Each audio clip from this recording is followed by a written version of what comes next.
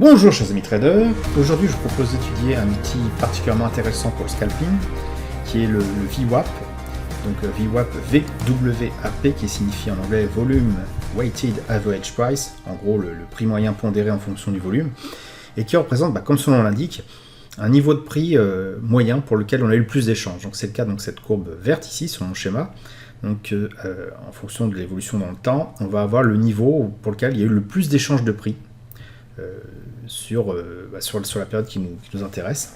Donc c'est pas la moyenne mobile, c'est pas la valeur des derniers niveaux de prix, mais c'est vraiment là où il y a eu le plus d'échanges en termes de volume de prix. Donc une moyenne classique, on multiplie les volumes par le niveau de prix et on divise tout ça par le volume total et on obtient donc cette courbe là. On rajoute souvent, même pratiquement toujours, 3 courbes au-dessus, 1, 2, 3, 3 courbes au-dessous, 1, 2, 3, bon parfois 4, qui correspond en fait à cette fameuse valeur moyenne auquel on a rajouté une fois l'écart type, 2 fois l'écart type, 3 fois l'écart type, éventuellement 4 fois l'écart type. Alors l'écart type, ça correspond en fait à une grandeur qui va indiquer un peu la dispersion qu'il y a dans la distribution des prix. Si par exemple on prend des gens qui font une certaine taille, entre 1m50 et puis 1m80, on va avoir peut-être une moyenne à 1m75, mais on ne va pas savoir s'il y a eu une personne, s'il y a eu une trentaine de personnes à 1m75, une à 1m80 et une à 1m50, ou bien si on a eu plutôt beaucoup de personnes à 1m50 et à 1m80. La répartition en fait, de la distribution des tailles qu'il va y avoir est indiquée par l'écart type. Plus l'écart type est serré, plus cela signifie, c'est une courbe en cloche classique, plus ça signifie que la distribution des tailles sur le panel de population qui nous intéresse est relativement proche de la moyenne, et plus l'écart type est grand, plus cela signifie qu'en fait cette distribution est assez élargie et qu'on a un panel assez divers de valeurs. Alors en quoi c'est intéressant tout ça? C'est que la forme de ce fameux VWAP va nous indiquer ce qui se passe sur déjà la tendance en cours. Quand on va avoir une tendance relativement soit baissière ou haussière, on va avoir ces lignes d'écart type par rapport au VWAP qui vont avoir elles-mêmes une tendance. Donc on va avoir un écart relativement important. L'écart type étant important, on voit bien qu'il y a vraiment quelque chose qui descend. Alors que lorsqu'on a quelque chose d'un peu plus en range, on va avoir des lignes plus ou moins parallèles. Donc l'écart type est constant et la distribution est relativement propre, caractéristique d'un range. En quoi c'est intéressant d'avoir cette info-là, puisque a priori on pourrait se dire, bon c'est gentil ce truc-là, mais si moi je rajoute mes moyennes mobiles 20 et 50, hop, voilà, j'ai déjà cette information-là. D'une certaine manière, la position relative du prix et des moyennes mobiles m'indique tout simplement si je suis en range, comme c'est plus ou moins le cas actuellement, ici, ou carrément en tendance, ce qui apparaît aussi très clairement ici. Alors ça pose pas de problème, c'est vrai, en swing trading, où on a des mouvements lents et on peut permettre de prendre un peu de marge, notamment dans le positionnement des stops. Par contre, en scalping, notamment sur des contrats futurs, où un point peut valoir entre 5 ou même parfois jusqu'à 25-50 euros, on n'a pas trop envie d'avoir des stop loss de 1000 euros juste pour se faire plaisir de prendre un mouvement. Et le problème des moyennes mobiles 20-50, même moyennes mobiles en général, c'est qu'elles sont en retard. Regardez, lorsqu'on a ici, hop, une moyenne mobile qui est 20 qui est supérieure à 50, le mouvement est déjà en train de baisser. Ici, parce que en fait, cette valeur-là, ces moyennes mobiles, indique ce qui s'est passé ici. Mais le mouvement est terminé. Lorsque l'on est ici, on voit effectivement que la moyenne mobile 20 est inférieure à 50 et que le prix est en dessous, mais au moment où on s'en rend compte, donc ça arrive à peu près par là, l'essentiel du mouvement est déjà terminé. Donc pour prendre quelque chose, c'est pas évident. Et puis on peut avoir aussi de fortes volatilités comme ça, que la moyenne mobile ne va même pas faire apparaître, tout simplement parce que dans une moyenne mobile, on s'occupe que du prix à la clôture et pas uniquement de ce qui s'est passé au cours de la bougie. Toujours la même histoire. Le VWAP est différent, et d'ailleurs je vais cacher les moyennes mobiles, tout simplement parce qu'il indique effectivement le volume d'échange qui a eu un niveau de prix. Et ça, depuis le début de la journée. Donc moi, si je remets les moyennes mobiles 20 et 50, le problème que je vais avoir avec ça, c'est pas forcément un problème, mais c'est juste un mode de fonctionnement, c'est sur mon graphique 15 minutes et sur mon graphique, donc là c'est extrêmement violent, on va peut-être prendre une minute, mes moyennes mobiles 20 et 50 ne vont pas du tout avoir la même tronche. Hop, je les rajoute. Hop, là j'ai repositionné le plan. Donc ici sur le 15 minutes, on voit que la moyenne mobile 20 périodes, elle vaut à peu près 15 694, alors que ici elle vaut Voilà, c'est à peu près la même chose, c'est pas forcément le bon exemple. La moyenne mobile 50 vaut 15 730, elle vaut pas du tout la même chose ici, 15 682. On voit que la moyenne mobile 20 est inférieure à la 50 et que tout ce petit monde-là descend, alors qu'ici c'est plutôt quelque chose en range. Bon, si maintenant je regarde le VWAP, ici il vaut 15 697,00017, c'est précis, et regardez sur l'écran de gauche, il vaut exactement la même chose. Ça veut dire que les courbes que j'ai ici, en pointillés, qui correspondent au VWAP plus ou moins 1, 2, 3, voire 4 écarts types, et ben ça va être exactement les mêmes sur mes graphiques, 1 minute, voire même sur les bourrins, 7 ticks. Autant vous dire que les moyennes mobiles sur les graphiques 7 ticks, ça ne sert pas à grand chose. En revanche, le VWAP là, il est tout à fait en phase et cohérent avec ce que j'ai ici. Et là, ça devient intéressant parce qu'on a vraiment une référence, quelle que soit l'unité de temps.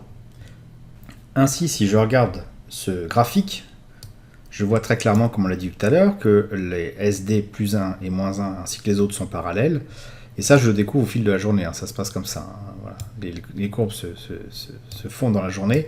Contrairement à une moyenne mobile 20 qui peut varier brutalement, ici on va avoir une moyenne mobile, un VWAP et ses consoeurs, on va dire, qui sont relativement stables et qui évoluent doucement. Donc qu'est-ce qu'on constate? Tout simplement, c'est qu'on se retrouve, là j'ai rajouté le volume par prix, dans une distribution de prix classique, c'est-à-dire en gros, ici c'est là où il y a le plus d'échanges, et ça correspond comme par hasard au VWAP, et dès qu'on s'éloigne du VWAP, hop, je vais rajouter les flèches pour qu'on comprenne, hop, on va dire ce niveau-là, là où il y a le moins d'échanges à peu près, ce niveau-là où il y a le moins d'échanges, et bien en fait, dès qu'on change, dès qu'on s'éloigne et qu'on arrive à ce niveau-là, il y a un phénomène de rejet tout simplement parce qu'il y a un assèchement du carnet d'ordre. Il n'y a plus grand monde finalement qui s'intéresse à ce prix à ce niveau-là. Imaginez que là c'est une maison, le prix monte. Là il y a de moins en moins d'acheteurs, tout simplement parce que c'est trop cher. Qu'est-ce qui se passe quand il n'y a plus d'acheteurs? Le prix mécaniquement redescend. C'est exactement ce qui se passe ici, mais on le représente avec le VWAP. Donc lorsque le niveau de prix s'est bien écarté du VWAP pour atteindre le SD1, qui correspond à peu près ici, on voit qu'au premier contact on a un reflux. Alors il peut être plus ou moins instantané, donc il faut regarder ça après dans le footprint, mais un reflux qui nous ramène directement vers le prix de consensus niveau central. Et c'est ce qui va se passer plus ou moins à chaque fois. Quand on arrive ici, on a, sous réserve bien sûr d'avoir le bon point d'entrée, un retour vers la moyenne. Ici, on n'a pas vraiment touché. Ici, oui, hop, retour vers la moyenne. Et ici, on se fait avoir, parce qu'il y a bien sûr un moment donné où un changement de consensus va apparaître. Donc si on avait pris une position ici, on voit que le niveau de prix est en train de changer, qu'il y a un déplacement du consensus. Donc là, on se méfie. Éventuellement, on prend quelques points, on ramène le prix à break-even, puis on se fait sortir à zéro ou en quelques points en perte. Changement de consensus, et après, les courbes ne changent pas tout de suite. Mais on voit bien qu'on n'est plus dans le même état d'esprit, et donc on évite de trader. Donc sur une journée, là, le graphique 15 minutes représente une journée, on va avoir des points d'entrée relativement restreints. 1, 2, 3, 4 points d'entrée potentiels. Et des retours vers le niveau central. Donc ça, c'est ce qui se passe lorsqu'on a un range. Donc comme je le disais, on voit avec un VWAP relativement à plat, des SD plus 1 et moins 1 qui se resserrent, ont tendance à se resserrer, qui est assez caractéristique d'un mouvement en range.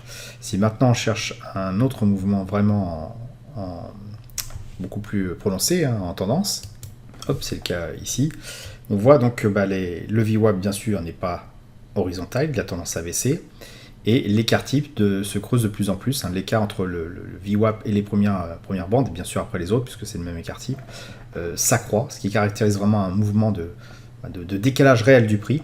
Et ce qui est intéressant de voir, c'est que quand le prix revient sur le VWAP, il a tendance justement à rebondir. Un peu ce qu'on fait en swing trading lorsqu'on a en fait un retournement de situation, où c'est là que c'est intéressant de prendre position. Là, il se passe la même chose. Il faut attendre que le prix revienne sur son VWAP. Et vraiment, quand le mouvement est très très brutal, c'est le cas ici. Et en fait, c'est cette zone-là que j'ai mise en bleu qui rejette littéralement le prix. Et donc là, c'est intéressant aussi de viser en fait un retour à la baisse de ce prix-là. Ça arrive plusieurs fois. Si je regarde ici, le lendemain, on a la même chose. Donc là, retour sur le VWAP et puis un rejet. Alors jusqu'où il va, ça c'est pas forcément super clair. Il faut vraiment analyser le footprint. Mais bon, en pratique, on prend pas non plus une centaine de ticks. On prend quelques ticks, on fait pas du swing trading. Et on regarde qu'après, si vraiment on veut guetter que uniquement quand le prix revient sur le VWAP, quand on a un fort mouvement comme ça, très violent, c'est très rarement le cas. Et donc les points intéressants, c'est lorsqu'on revient sur la SD-1 et qu'on redescend. Ça arrive à plusieurs reprises. Ici, bon là on serait fait avoir. Je pense qu'au niveau du footprint, on aurait vu qu'il y avait un problème. Donc là, ça caractérise finalement que les choses sont en train d'hésiter. On voit aussi que le volume par prix, eh bien, le consensus est en train de se déplacer. Donc on se méfie. Et de toute façon, à partir de 16h30, on évite de trader le DAX. Donc voilà un peu comment ça se passe.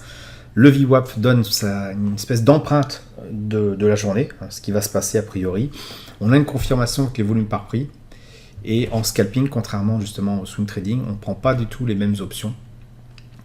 Quand on a un marché vraiment en tendance comme ça, on va avoir tendance à prendre les rejets du VWAP ou potentiellement de l'ESD plus 1 ou moins 1, tout simplement si le mouvement est beaucoup plus brutal.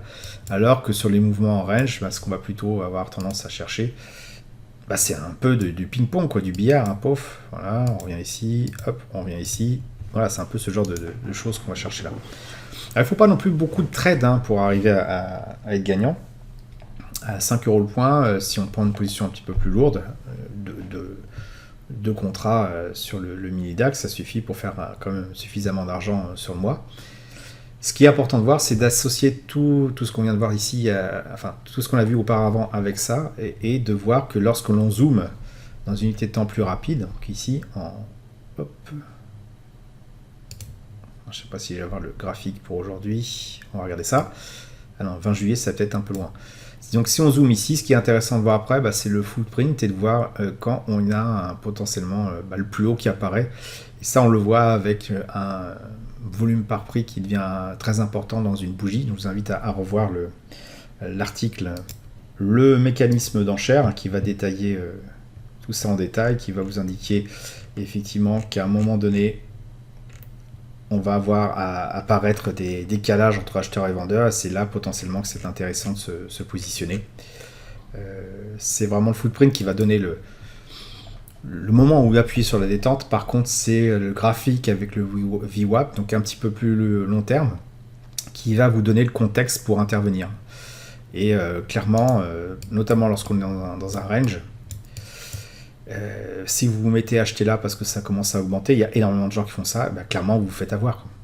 Si vous mettez à vendre ici en vous disant bon ça y est, là je sais que maintenant ça se vend, et ça je le vois avec mes moyennes mobiles, là je suis aux fraises tout simplement parce que les moyennes mobiles sont en complet décalage avec ce qui se passe dans le mouvement, surtout en range, lorsque les moyennes mobiles sont basses, le mouvement est en haut et sur le point de s'inverser. Donc si on se met à acheter en disant que c'est bas, voilà, on se fait avoir. C'est vraiment le contexte, la lecture est complètement différente, et c'est le footprint après qui, en se rajoutant à tout ça, va vous permettre d'avoir une position gagnante. En fait, avec ce système, en scalping, plutôt que d'être balancé comme baladé comme des portes de saloon, on comprend le contexte, et avec le footprint, on arrive à exécuter relativement simplement un trade. Donc on s'affranchit vraiment de la partie émotionnelle, puisqu'il s'agit juste d'exécuter le trade comme il le faut, en regardant les indices, et de simplement cliquer lorsque les conditions sont remplies, sans forcément se prendre la tête sur savoir est-ce que ça reflue ou pas contre nous. On peut se permettre d'avoir des stop loss vraiment très proches, quelques ticks, 4 ou 5 maximum. Donc on maîtrise vraiment sa perte, contrairement au swing trading, où certes on va prendre des positions beaucoup plus petites, avec des stop loss très larges, qui vont permettre d'absorber justement une mauvaise gestion de l'exécution, mais et pour cause, il n'y a pas d'outils qui permettent de rentrer correctement en position en swing trading au tick près, sinon ça serait plus du swing trading. Maintenant voilà, scalping c'est un autre style et qui a son charme aussi, donc si vous voulez en savoir plus, je vous invite à lire les autres articles sur le blog. Voilà, j'espère que vous avez apprécié cette vidéo. Si c'est le cas, vous pouvez me laisser un pouce bleu pour m'encourager à continuer. Abonnez-vous à la chaîne YouTube et activez les notifications pour ne rater aucune nouvelle publication. Je vous dis merci et à bientôt sur le blog.